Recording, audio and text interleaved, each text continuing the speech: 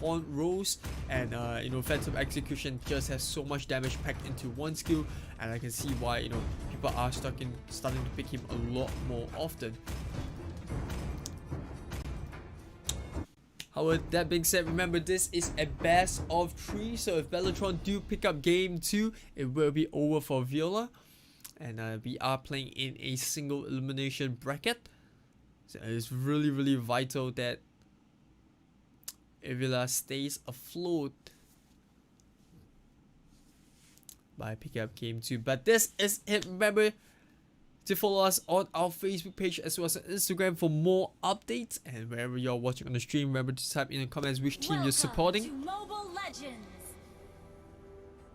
5 seconds till the enemy reaches the battlefield. Smash them. All troops deployed.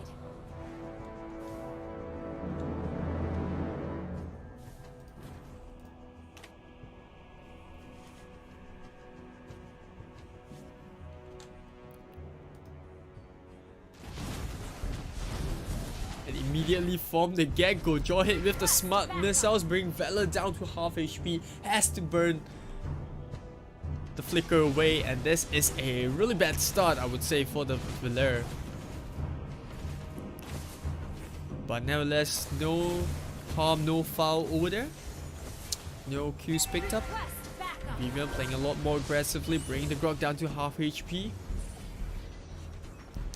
And trying to use the flame shot to pick up the kill, but I would have preferred her to play a little more aggressive. Like, she could have stolen the buff, I would say.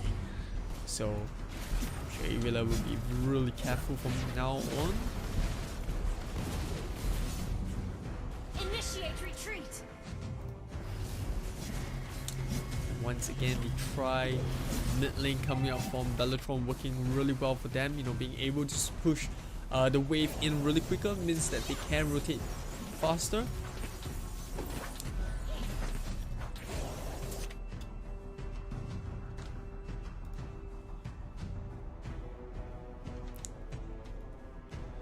Now, a lot of this game will rest on the shoulders of Carry to make sure that she can farm into the late game, make sure that she can carry the team hard enough. Essentially, you want to get the carry up and running ASAP, but you know, couldn't carry in a 1-2-2 means that she won't get all the farm on the map. And immediately we do see Granger jumping in alongside Kufra as well as Farsa. And Belletron is sticking in this rotation of 3, which has been the norm in a lot of the high mythic games that you will see teams adopt, where you know, you do get that marksman, you know, 2 or rather 3 to 4 mask, and you do see that aggression coming up from Belletron. They are sticking to the meta really closely. Grok trying to buy space for the team. Asmodee jumps in with the ultimate, the stun coming in with the feather air strike, execution coming in with the puncture, but no effect there. Grok probably will go down to the Asmodee. No way out for Mew. And Lancelot in a lot of trouble. They definitely want her one more hit, and they will get it through the energy impact. No way out for the Lancelot. Turtle resurrecting soon. Belletron 1.6k Launch in attack. terms of goal lead. Feather airstrike so that they can steal this blue buff. It goes to Jawhead. Initiate retreat. Not the worst case scenario, given that it's a steal. Now, well, Belletron have already picked up the middle turret, and they will work their way towards the turtle. Now, though Aikimi spots her out, I don't think it's going to be a wise decision to contest this one. Better to stay alive at this point in time. Meanwhile, bottom lane, looks like Villa are making moves of their own, trying to pressure this Asmodee on the bottom side.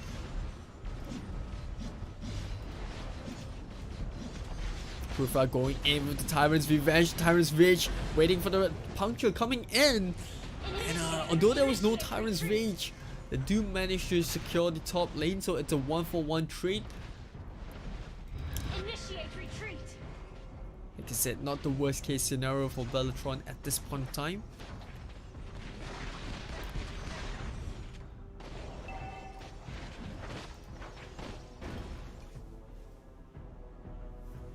I would say for the most part, Avila have been struggling to keep up with Belletron's rotation, and I really do think that it comes down to the 1-3-1. You know, the fact that Graduate comes online a lot quicker, and they get it with the ejector. Didn't really need that summon force, but you know, just to make sure that the Q is in the back. Meanwhile, gonna use the curse of the crow, putting the mark down onto Mew. Tyrant's Revenge coming in, doesn't land onto the Valor, but ejector is on standby. They toss the Grok back onto the base, and a flame shot will secure the Q right there. Kadita going in by herself. The ultimate comes in,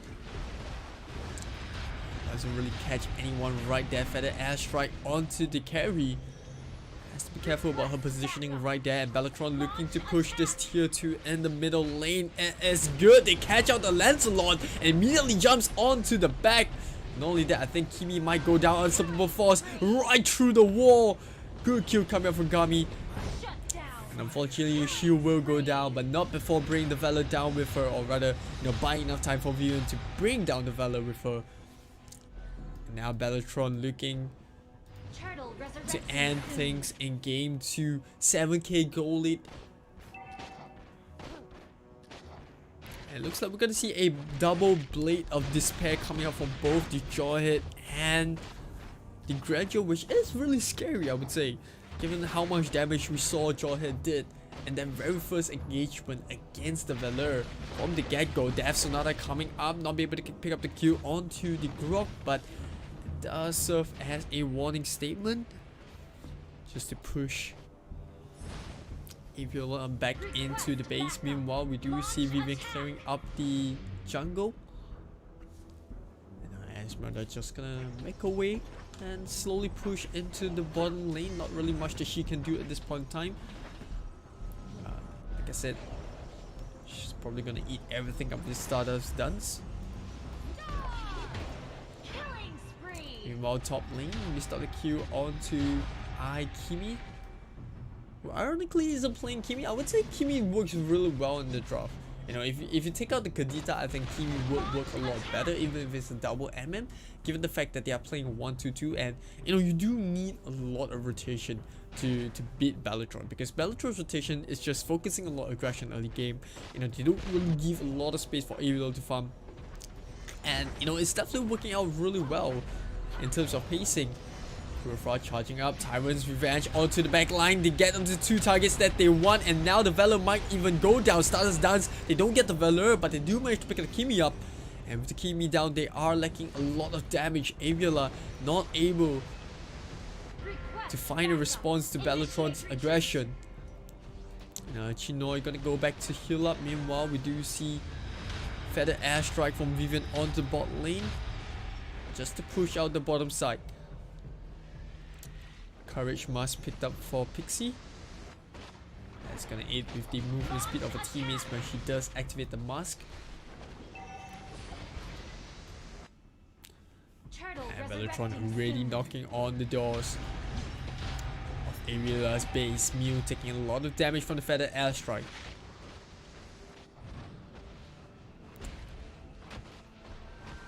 Esmeralda just pushing on the bot lane, making sure that the team is split into 2. Or Avila is split into 2. They managed to jump onto the Valor with the magic ball. Puncture coming up. And look at that, the Feather Airstrike. 4 strikes right on top of the members of Avila, and they took so much damage. Easy roll out for the Grandeur. Once again, Pixie setting up the stun. Doesn't really land on anyone, but it doesn't matter. They will be able to pick up this tier 3 sooner or later. Already 1 hit away from knocking down. Turtle is up, and looks like Venom immediately goes for it. Look at that, Belletron is just so efficient in terms of rotation, right? Whether or not it's objective or picking up Qs, and every single time in the map they are trying to pick something out. Meanwhile, bottom lane, Feathered Airstrike will secure the Q onto the carry. Chinoy going in with the Feathered, or Chinoy going in with the Falling Star Moon. And although they didn't pick up any Qs right there, they do manage to pick up the tier 3 tower. They do find the Valor Q.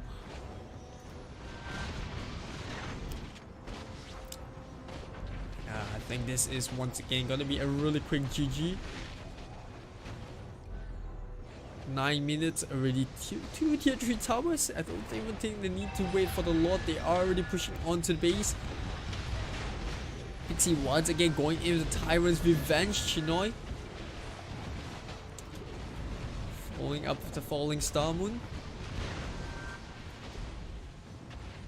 Like I said, Asper, they're just in all the shoe up with the Stardust Dance. And once again, Pixie goes in, gets pushed away by the Searing Taurus, but it doesn't matter. They've already zoned out the Grog. They pick up the Q. And now Aerial are just hanging on to dear life, just pushing out the waves as fast as possible. Lancelot goes down, Tyrant's Revenge coming in and sets up for Belletrons.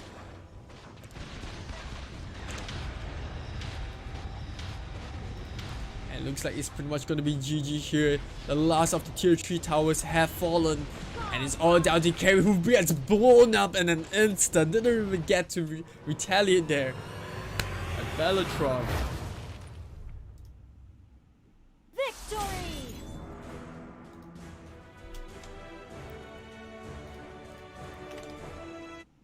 Well, what can I say? Pretty much one-sided affair so far coming out from Belletron.